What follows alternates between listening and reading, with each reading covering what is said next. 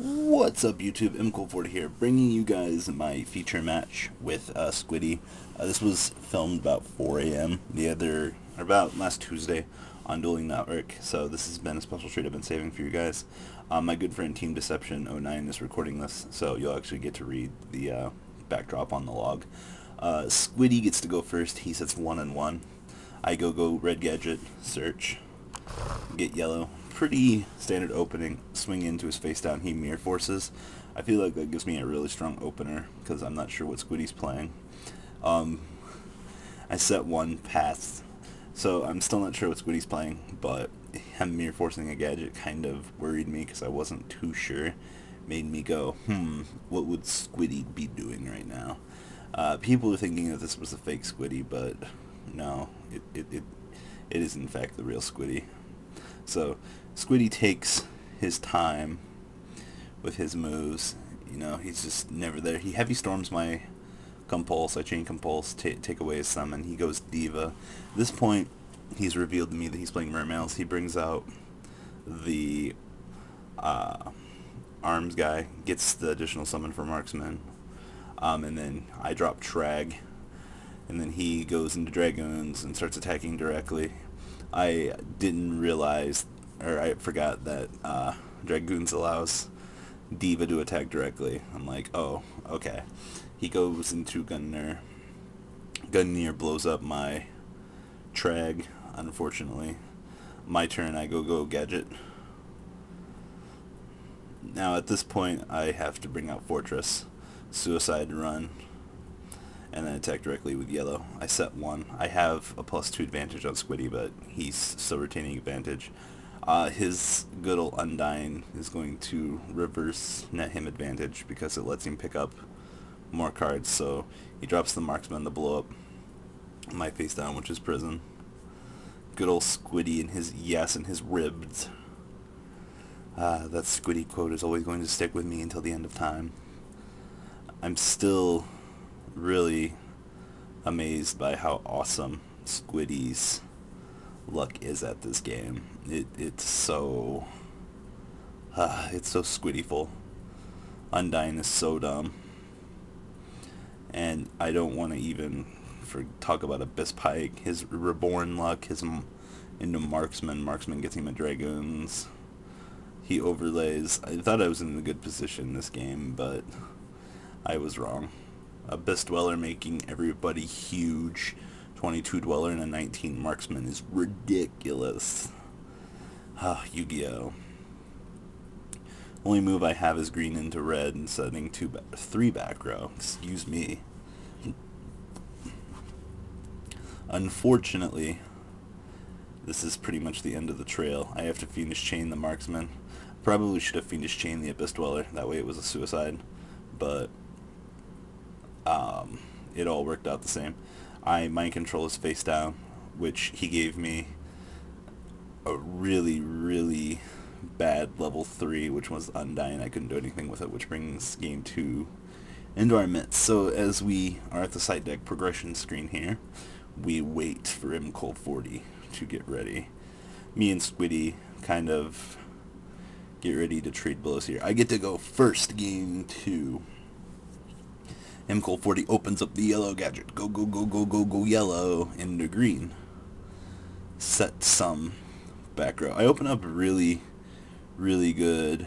He does his little solemn judgment, or heavy storm into solemn. He knew it was there.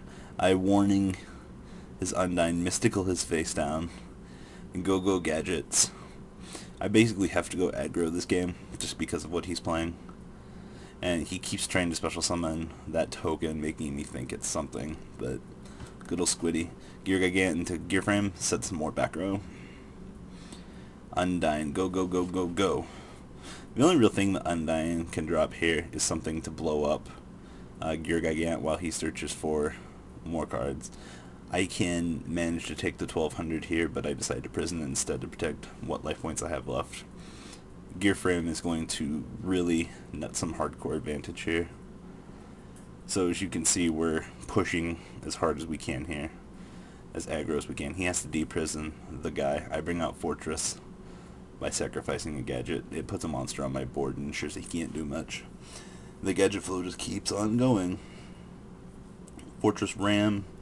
So I see that he had to set a controller, which makes me realize he's in a pretty good position. I have to bottomless the Abyss Linde so he doesn't get the effect. On his turn, he has to do Abyss Pike to try to net some advantage because his hand is kind of bad at this game. Compulse back his monster and we go on to game 3. Pretty good position so far. Me and Squiddy decide to further side. Have to adjust since I'm going second.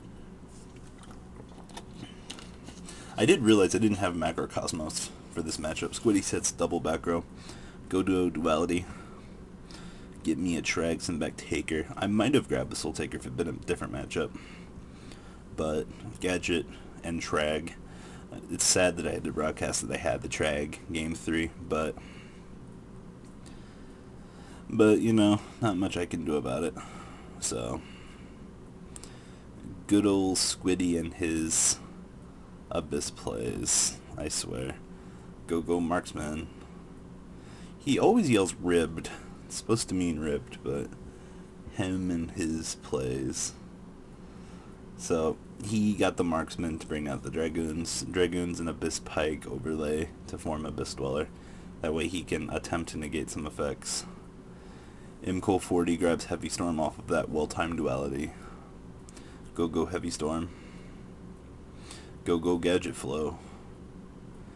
Mr. Gadget decides to get his effect. Now you think I'd be really good in this position, but I really am not.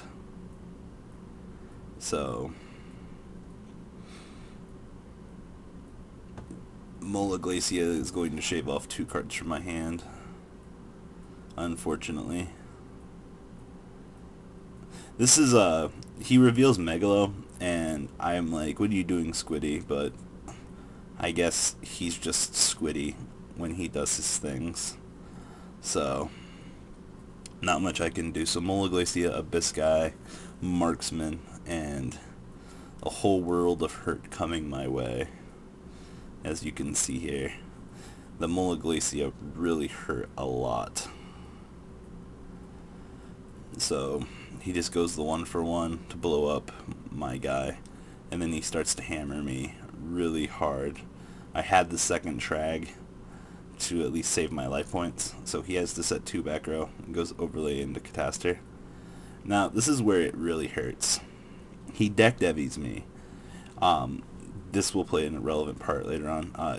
My hand, he doesn't hit anything at this time. I had the Cyber Dragon. I was hoping to get the Contact Fusion off, but